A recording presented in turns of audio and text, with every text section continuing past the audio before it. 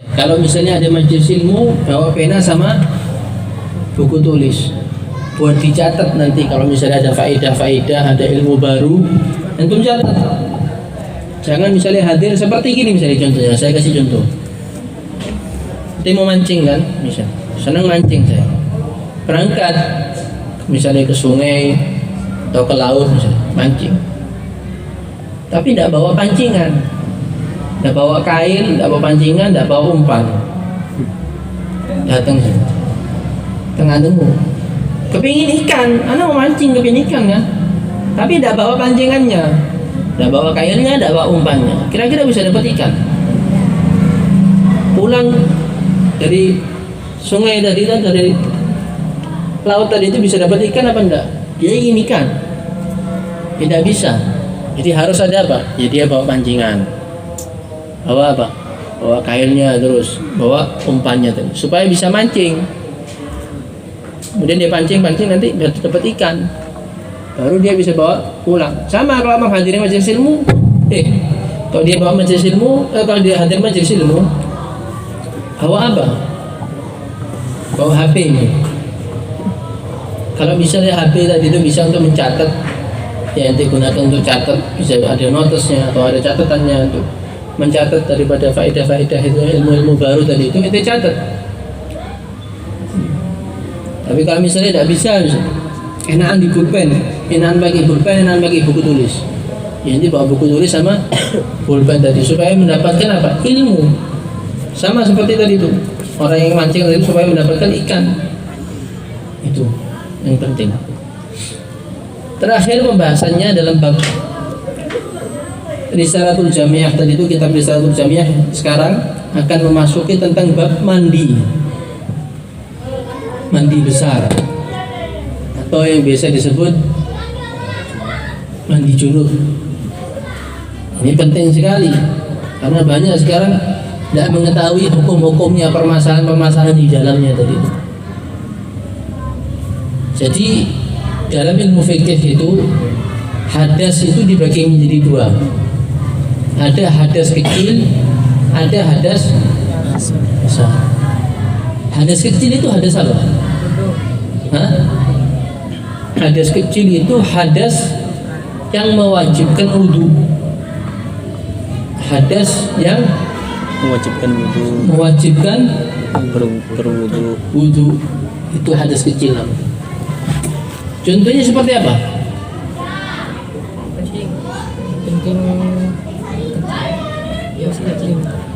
Kencing dong. Apa lagi? Itu. Selain itu, selain kencing, buang air besar, selainnya itu apa? Hadas kecil, contohnya. Tidur. Tidur. Terus apa? Makan Menyentuh. Kulit wanita. Nah, itu punya hadas kecil dia. Kalau dia punya wudu ya. Apalagi contoh? Muntah apakah? Kalau keluar muntah, dia punya hadas kecil. Punya. Punya apa enggak? Punya apa enggak? Enggak. Yakin? Ada orang misalnya punya wudu, dia muntah. Ya tidak batal wudunya, tetap dia punya hadas, tetap dia suci. Orang punya wudu terus dia muntah, wudunya tidak batal, karena yang membatalkan wudu sehingga dia nanti punya hadas kecil itu apa? Sesuatu yang keluar dari dua jalan. Mulut termasuk dua jalan apa enggak? Jangan sampai. Ya, mulut bukan dua jalan tadi itu, bukan jalan depan dan jalan belakang. Keluar darah dari hidung, punya hadas kecil enggak? Enggak. Mimisen punya hadas kecil apa enggak? Rama? Membasuh bagian yang kena garam. Enggak. Punya hadas kecil apa enggak? Pertanyaannya. Punya. Duh, kok bisa punya? Keluar dari dua jalan apa enggak? Enggak sudah. Kalau sesuatu yang keluar dari dua jalan itu dia hadas kecil. Mau apapun bentuknya. Tapi kalau selain yang keluar dari dua jalan, mau apapun bentuknya tidak membatalkan wudhu.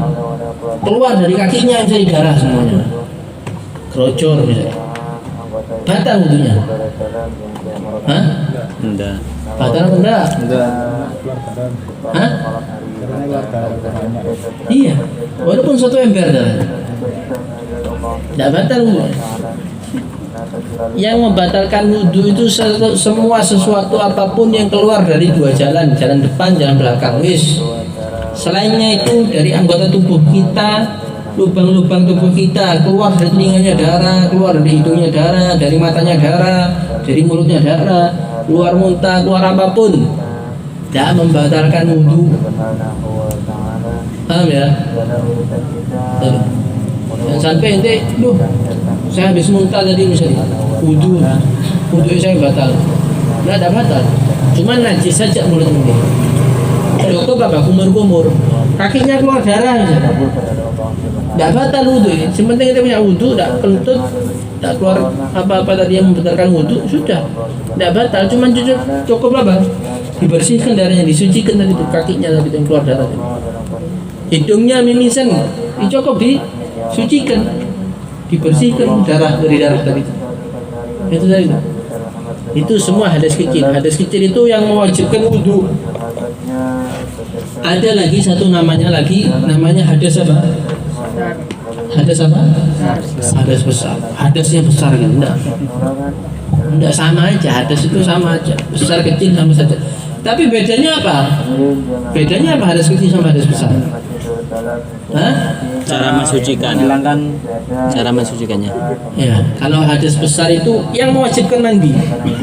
Wajib dia mandi kalau punya hadas besar. Jadi itu misalnya tadi itu misalnya kentut, wajib mandi apa enggak? Hah? Wajib mandi enggak? Enggak wajib mandi. Karena kentut tadi itu hanya mewajibkan mandi, hanya mewajibkan wudhu karena dia itu hadas kecil. Ada nanti yang akan disebutkan oleh pengarang kitab ini nanti hal-hal yang mewajibkan mandi. Selain tadi itu, selain yang menyebabkan hadas kecil, lain itu cuma hanya mewajibkan dia wudhu. Kalau ini nanti semua ini beberapa hal ini nanti yang akan disebutkan tadi itu mewajibkan nanti mandi, wajib mandi. Gak bisa nanti kalau tidak mandi, ya mau mengerjakan ibadah, tidak boleh, haram, dosa, tidak sah. Wajib masih nanti mengurang lagi nanti kalau misalnya sudah kerja. Paham tak ini? Apa saja itu 6 hal tadi? Jadi ada 6 hal yang mewajibkan seseorang itu mandi. Tidak banyak, tidak 100 bingung kan? Ya, 100 ngelung deh. Besok tidak datang lagi hari sore kalau 100. Sama tadi yang mewajibkan wudhu tadi itu hadas kecil itu tidak banyak, cuma 4 toh. 4 toh, tidak banyak. Ada 1000 pecah dah sebenarnya, tidak kuat kan? Yang mewajibkan wudhu aja saja, yang mewajibkan mandi dulu aja saja. Selain yang mewajibkan mandi ini mewajibkan wudhu, itu aja. Selain yang nanti akan Al-Fakir sebutkan, ini nanti akan mewajibkan wudhu. Yang Anda sebutkan ini nanti akan mewajibkan dia untuk mandi. Paham tak ini? Perhatikan baik-baik.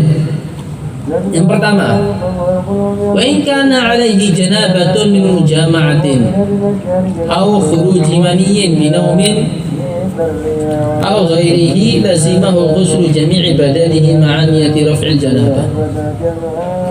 Dan jika pada diri seseorang ada yang namanya junub, di sini yang hadir rata-rata sudah pernah junub ya, semuanya sudah junub. Mimpi basah sudah pernah semua ya. Nah, itu namanya junub. Junubnya tadi itu, junub ini namanya keluar mani. Karena sebab misalnya dia berhubungan suami istri yang halal itu kan, suami istri itu kan halal, atau yang bukan halal. sama misalnya perempuan, alhamdulillah misalnya perempuan yang nakal, hubungan tadi itu sampai keluar mani.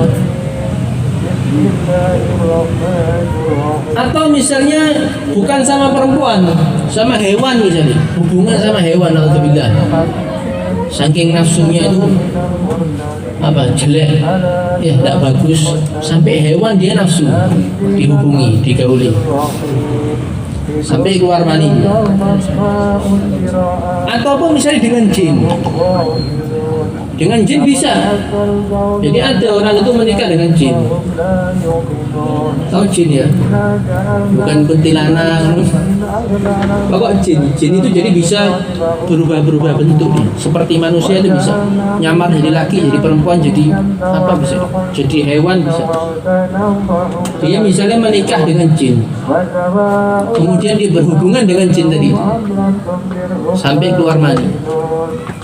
Walaupun tidak keluar mani, berhubungan suami istri, ya berhubungan suami istri yang halal atau berhubungan dengan perempuan itu mewajibkan mandi. Kapan? Kalau sudah masuk helmnya, tahu helmnya? Itu ke kemaluan perempuan, ya. Karena susah mau cari kata yang tepat itu susah. Sudah pernah sunat kan? Yang sudah sunat tahu helmnya. Helmnya itu masuk ke kemaluan perempuan sampai masuk ya kemaluan. Helmnya tok. Semuanya helmnya masuk itu mewajibkan mandi walaupun tidak keluar. Faham tak ini? Paham. Loh, ilmu fikih itu tidak apa-apa, tidak usah malu. Pembahasannya ilmu fikih itu jangan malu. Ya, pembahasan ilmu fikih itu tidak ada malu-maluan. Jadi harus biar orang itu tahu, biar paham. Kalau dari gitu kan tidak paham. Ya, jadi perlu diperhatikan ini. Jangan, aduh, takut malu, aduh. Tidak apa-apa. Ilmu fikih itu harus seperti itu, harus dijelaskan, harus difahamkan kepada audiensnya tadi itu. Jadi supaya biar paham, supaya biar tidak salah paham juga. Jadi salah paham itu.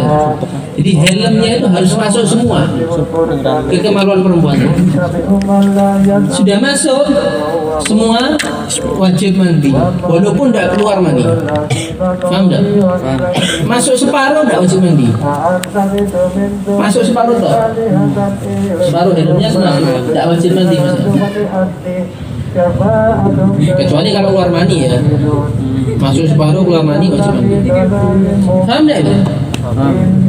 Berhubungan suami istri ataupun misalnya dengan perempuan ataupun dengan hewan ataupun dengan jin misalnya, kalau dia memasukkan helmnya dia ke kemaluan perempuan, semua helmnya dia masukkan, itu mewajibkan walaupun tidak keluar mani. Paham ya? Ada kata-kata yang halus atau enggak? Mungkin barangkali. Apa ada kata-kata yang halus? Ya enggak, itu sudah bagus aja. Ya itu sudah bagus kok. Ya. Mungkin ada kata-kata yang lebih sopan barangkali. Kan kata-kata yang lain kan susah mungkin dipahami sama teman-teman. Itu ya. Loh, kalau misalnya belum sunat, nasi apa? Kayak runcing, iya runcing gitu. Jadi kayak anak kecil. Ya sama, dikira-kirakan. Ya, dikira-kirakan. Sekiranya ini sudah masuk enggak helmnya? Ya, dikira-kirakan. Sudah masuk enggak helmnya? Kalau sudah masuk, wajib mandi. Kalau belum masuk, enggak wajib mandi. Enggak wajib mandi. Paham enggak ini? Paham. Aja malu-malu, jangan ketawa-ketawa, ini serius ini. Nanti.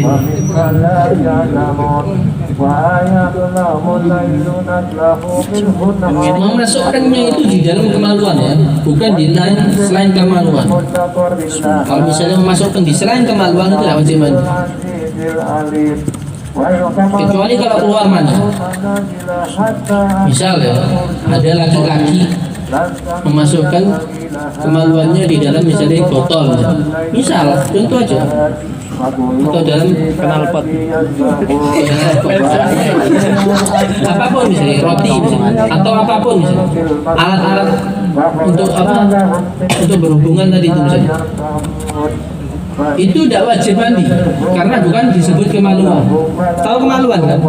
Bukan disebut kemaluan kan, alat-alat tadi itu bukan disebut kemaluan. Cuma apa namanya itu? Alat-alat tadi itu. Ya sudah, alat-alat itu pakai alat-alat itu apa? Memuaskan hasrat itu. Misalnya masukkan kemaluan lakinya ke dalam alat tadi itu. Atau apapun misalnya, yang lubang-lubang itu dia masukkan misalnya.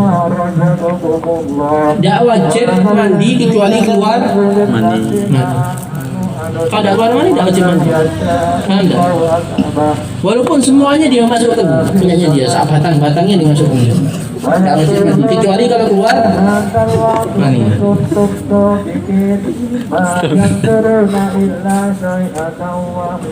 Paham tidak? Kemudian misalnya sebaliknya, perempuan juga misalnya masukkan misalnya lidi misalnya ke dalam kemaluannya, wajib mandi enggak? Hah? Tidak, karena tidak kemasukan kemaluan.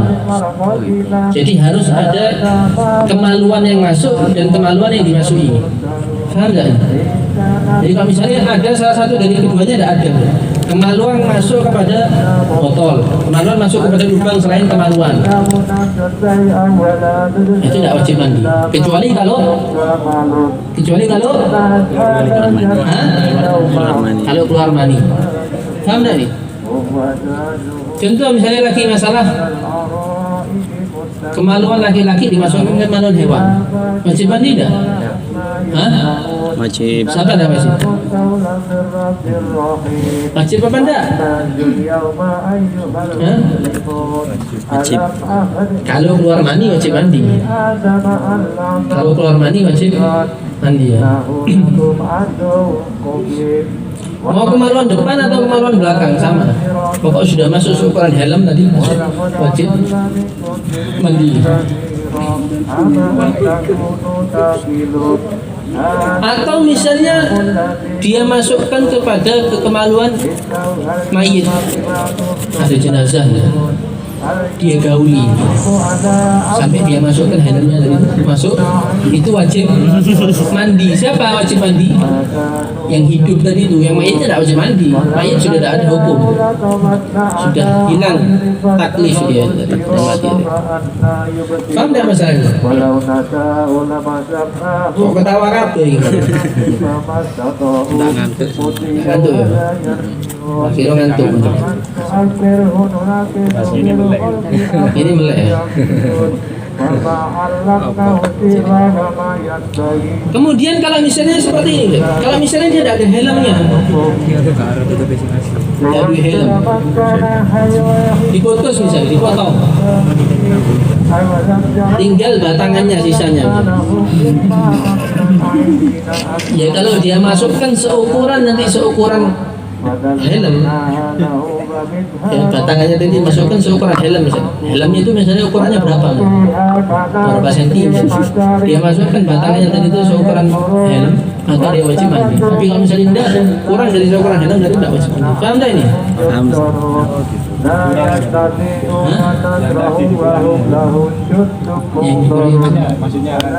Jadi misalnya helmnya hilang, tinggal batangannya, dia masukkan batangannya. Kalau seukuran helm yang masuk, helm misalnya ukurannya 15 cm misal, itu wajib mandi. Tapi kalau misalnya tidak 7,5, tidak wajib mandi. Paham tidak? Berarti meskipun masuk Nanti asal di-save dulu ya, simpan aja, di-save dulu. Nanti pertanyaannya kita buka sesi pertanyaan.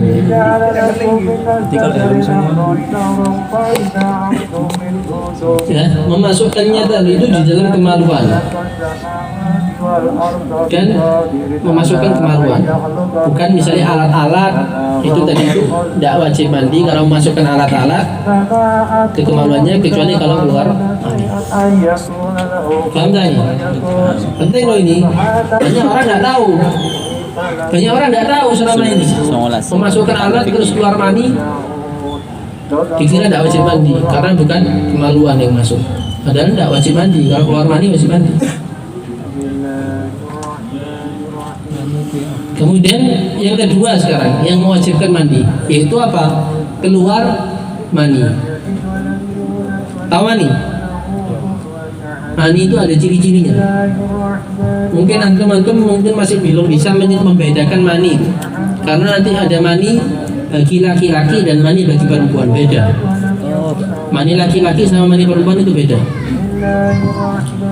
Kapan wajib mandi ketika keluar mani? Kalau misalnya sudah keluar daripada lubangnya, lubang helm keluar tampak sudah wajib mandi.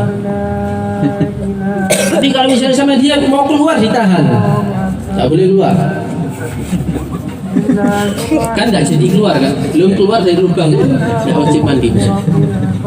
Nggak wajib mandi karena belum keluar. Tahu keluar kan? Itu tahu keluar. Mana keluar tahu nggak? Keluar tuh mesti muncul tadi. Tapi kalau nggak jadi keluar, ditahan sama dia nggak boleh. Terus nggak wajib mandi. Begitu. Keluarnya dari mana? Ya dari kemaluan tadi. Fi halatin naum awil yaqadha. Dalam keadaan dia misalnya keluar maninya tadi itu dalam keadaan tidur ataupun dalam keadaan terjaga. Mungkin perempuan sampai keluar mani misalnya. Wajib mandi.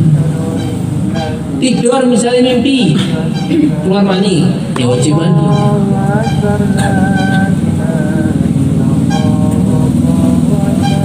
Itu kalau laki-laki itu sampai keluar daripada lubangnya tadi.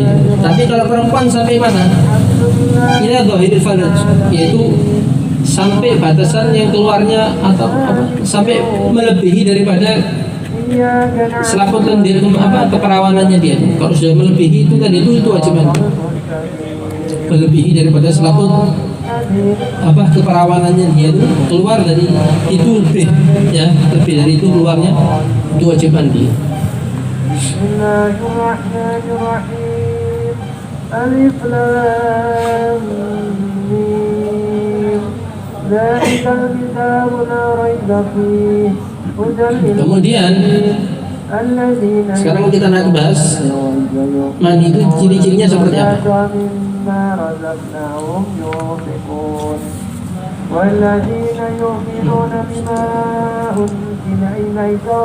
Mani itu memiliki tiga sifat. Mani itu memiliki tiga sifat. Jadi sesuatu yang keluar dari kemaluan seseorang itu ada berapa? Ada yang namanya mani, ada yang namanya madi, ada yang namanya wadi, ada yang namanya kencing.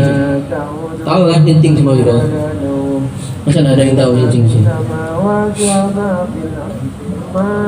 Wadi tahu nggak ini wadi? Tahu wadi nggak? Tahu? Apa? Warnanya tetes yang Tidak harus tetes. Ya nanti akan kita bahas. Sekarang kita mani dulu aja, kita bahas mani dulu. Mani itu mempunyai tiga sifat. Yang pertama bau. Baunya seperti apa? Dilihat dulu dalam keadaan basah sama dalam keadaan kering. Karena beda baunya kalau dalam keadaan basah sama dalam keadaan kering. Kalau dia dalam keadaan basah itu baunya seperti apa? Seperti karaihati tolak, yaitu qaribah min raihati ajinil bud. Jadi seperti adonan kue. Kalau dalam keadaan basah mani itu kalau dicium seperti baunya adonan kue. Biasanya kalau anda suka ngadon kue itu kalau dicium baunya itu seperti mani. Kalau ketika basah. Kalau ketika kering baunya seperti apa? Putihnya telur. Mani sudah kering. Kalau nanti misalnya bangun cek, loh celananya kok ada petanya. Misalnya ini cium misalnya baunya seperti baunya putih telur. Putih telur apa? Buaya apa? Putih telur ayam ya. Putih telur ayam. Itu baunya mani ketika dia itu kering. Nah, warnanya itu yang bau ya. Baunya sama antara laki-laki sama perempuan. Yang beda nanti antara laki-laki sama perempuan itu dari warnanya, segi warna. Kalau laki-laki warna mani itu identik dengan warna putih kental. Putih kental, bukan putih bening ya. Beda putih kental sama putih bening. Kayak susu Indomilk tau. Susu Indomilk yang kental itu susu kental manis jadi seperti itu. Putihnya dan kentalnya. Yang normal ini, laki-laki kita bahas laki-laki yang normal. Ada yang tidak normal. Kadang keluarnya itu maninya campur dengan darah. Kadang ada yang sampai warna kuning, ada yang sampai warna merah. Saking seringnya keluar mani dia itu. Ini kita bahas umumnya, normalnya orang itu keluarnya tadi itu seperti putih-putih kental, putih-putih seperti putih Indomilk tadi. Krim tadi. Itu laki-laki. Kalau perempuan, maun asfar roki,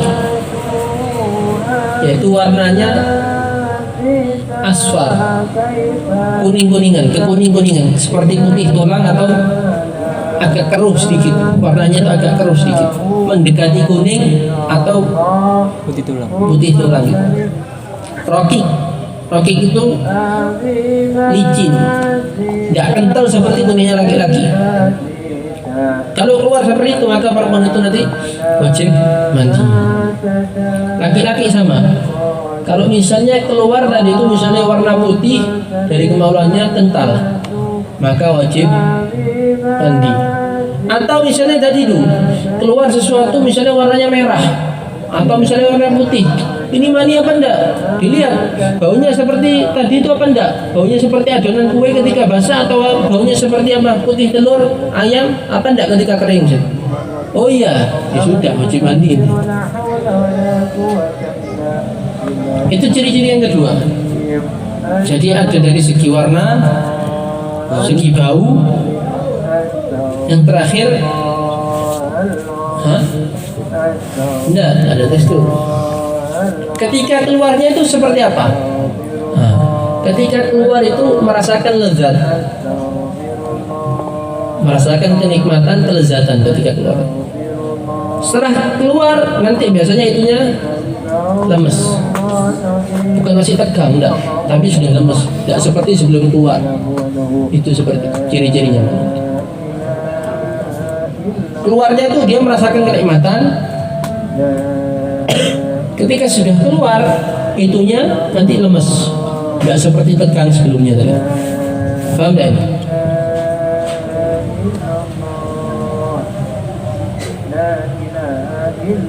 Itu tadi 3 jadinya. Atau biasanya juga keluarnya itu tersendat-sendat, bukan seperti kencing. Keluarnya bukan seperti kencing, nggak mungkin mani itu keluarnya seperti kencing, kecuali kalau campur sama kencing. Jadi mani itu keluarnya tersendat-sendat, gitu tadi.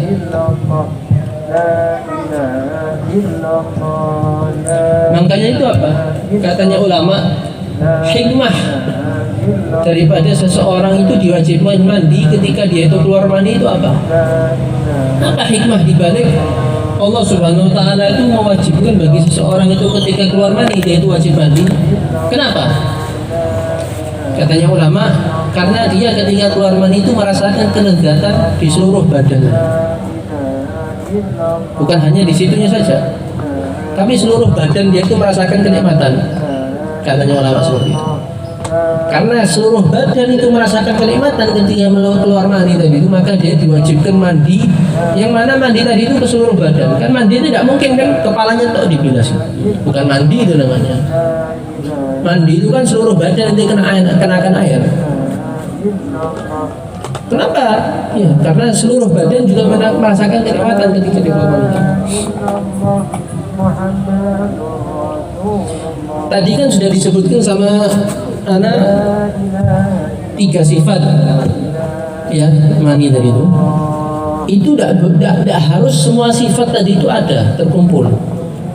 Jadi salah satu daripada sifat tadi itu yang 3 tadi itu ada, maka dihukumi sesuatu yang keluar tadi itu sebagai mani. Jadi tidak harus lengkap, 3. harus putih, kental, terus keluarnya tersendat-sendat, terus habis itu lemes, habis itu baunya seperti adonan kue. Tidak harus terkumpul semua. Cukup salah satu daripada ciri-ciri ini tadi itu yang lebih dominan, yang lebih jelas, maka itu adalah mani. Harus ketiga-tiganya ada. Paham tak?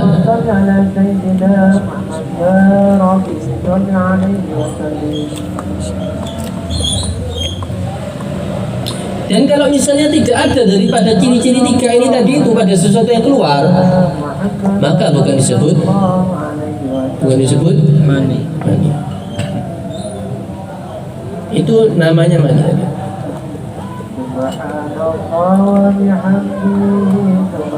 Dan hukumnya mani itu apa? Misalnya ada mani ini. Hukumnya mani itu apa? Najis apa? Suci. Apa suci? Hah? Suci. Dia bilang najis. Ya, berarti itu najis kan semua. Semua manusia ini diciptakan dari mani. Semua manusia yang ada di muka bumi ini semuanya jumlahnya berapa itu semuanya? Itu semuanya diciptakan dari apa? Dari mani. Berarti najis semua. Hah? Enggak, mani itu hukumnya suci. Tapi walaupun suci tidak boleh dimakan, tidak boleh diminum. Walaupun suci tidak boleh dimakan dan tidak boleh diminum, haram hukumnya. Paham tak? Hukumnya mani itu suci. Maksudnya suci apa? Iya. Kalau misalnya kena bajunya, atau kena celananya, atau kena CD-nya, itu tidak najis. Boleh dia pakai sholat. Boleh dia pakai sholat. Yo, ini bekasnya mani nih. Apa-apa. Suci kok mani. Kecuali kalau misalnya keluar sebelumnya mani itu ada yang namanya madhi. Madhi itu nanti akan disebutkan cairan putih bening, lengket-lengket. Itu namanya madhi. Cairan putih bening lengket-lengket. Itu namanya madhi. Biasanya sebelum keluar mani itu ada yang namanya madhi. Kalau keluar madhi dulu kena celananya atau kena CD-nya atau kena sarungnya, ya sekarang najis sarungnya. Walaupun misalnya ada mani di situ, maninya itu suci, tapi yang apa madhinya tadi itu yang najis, itu harus disucikan dulu. Tidak bisa dibuat sholat karena najis. Dan hukumnya madhi itu sama wadi, najis. Menurut semua ulama najis. Tidak ada yang bilang tidak ada gol yang mengatakan masih ada suci apa tidak ada. Jadi tidak bisa, tidak sah. Menurut mazhab apapun tidak sah. Mazhab Syafi'i, mazhab Hanafi, mazhab Maliki, mazhab Hanbali, semua mazhab sepakat ijma ulama najis, madhi dan wadi. Cuma mani tok ada khilaf. Mani ada khilaf. Ada yang mengatakan suci, ada yang mengatakan najis.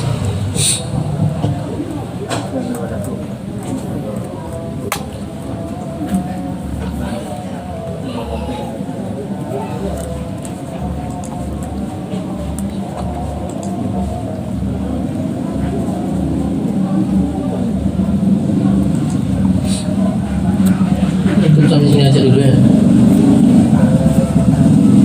Mungkin ada pertanyaan, insyaallah minggu depan lanjut lagi pembahasan.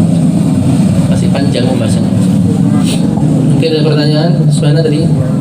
Ya, tadi berarti andai kata ini tadi helm ini belum masuk sempurna, itu masih separuh lah, itu berarti belum diwajibkan untuk mandi. Belum. Harus masuk sempurna. Harus masuk semua. Walaupun kecuali kalau keluar ya, helm masuk separuh sudah keluar, ya sudah wajib mandi sekarang. Wajib mandinya karena apa? Karena keluar, bukan karena memasukkannya. Karena memasukkannya masih separuh.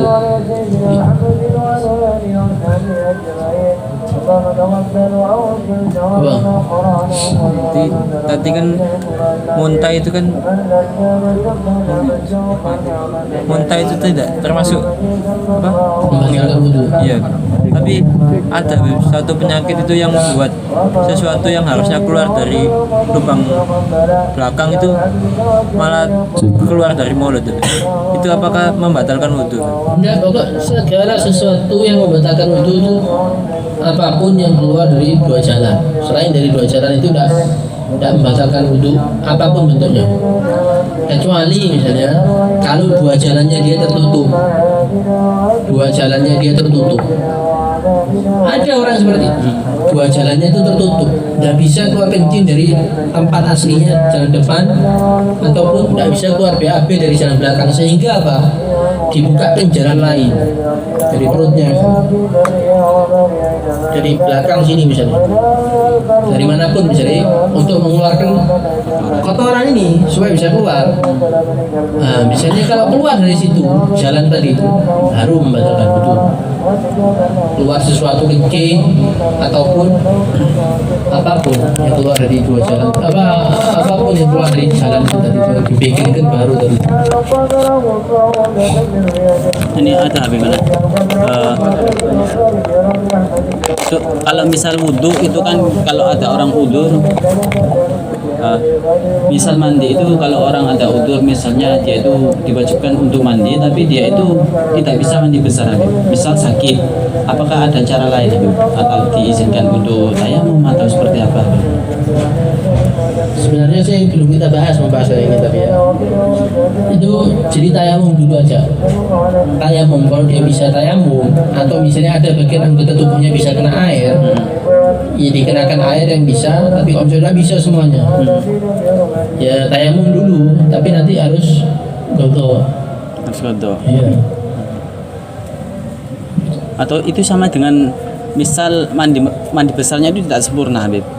Misal ada tangan itu ada luka parah, diperban atau apa gitu, nggak boleh kena air. Ketika dia mandi besar, terus selama ini belum sembuh, dia itu melakukan sholat, tapi mandinya kan tidak sempurna karena yang terluka itu tadi belum termasuk. Ya ditayamumi. Jadi yang bisa kena air kan dia kenakan air. Yang tidak bisa ini misalnya dikorbani tadi itu ditayamumi. Itu tayamum itu yang kayak apa itu anggota lukanya yang di bagian tayamum. Lukanya itu, yang di bagian tayamum tadi. Kalian Nanti dilihat meletakkannya tadi itu dalam keadaan suci apa dalam keadaan tidak suci korbannya tadi itu. Kalau misalnya dalam keadaan tidak suci, ya dalam keadaan tidak suci, ya nanti wajib gontok. Tapi kalau misalnya dalam keadaan suci, masalahnya tidak wajib gontok.